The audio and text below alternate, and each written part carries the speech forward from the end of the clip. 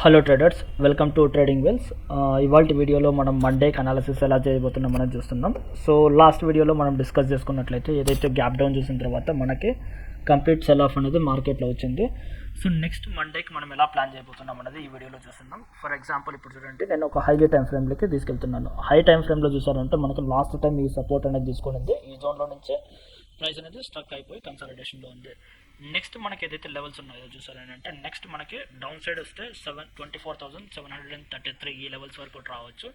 And మనకి ఏంటంటే ఈ లెవెల్ డ్రాప్ అయిన తర్వాత ఏంటంటే మనకి ఈ సివియర్ సెల్లింగ్ అనేది మనం చూడొచ్చు. ఈ దీంట్లో ఏంటంటే సివియర్ సెల్లింగ్ అనేది 24,506 వరకు ప్రైస్ అనేది డ్రాప్ అవ్వడానికి ఛాన్సెస్ ఉంటుంది. అగైన్ రెసిస్టెన్స్ అని అంటే మనకి ఏదైతే హైయెస్ట్ రెసిస్టెన్స్ చూస్తున్నదో 25,018 అనేది మనకి స్ట్రాంగ్ రెసిస్టెన్స్ అవుతుంది.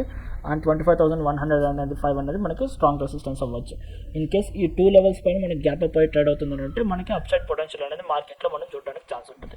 Thank you so much for watching.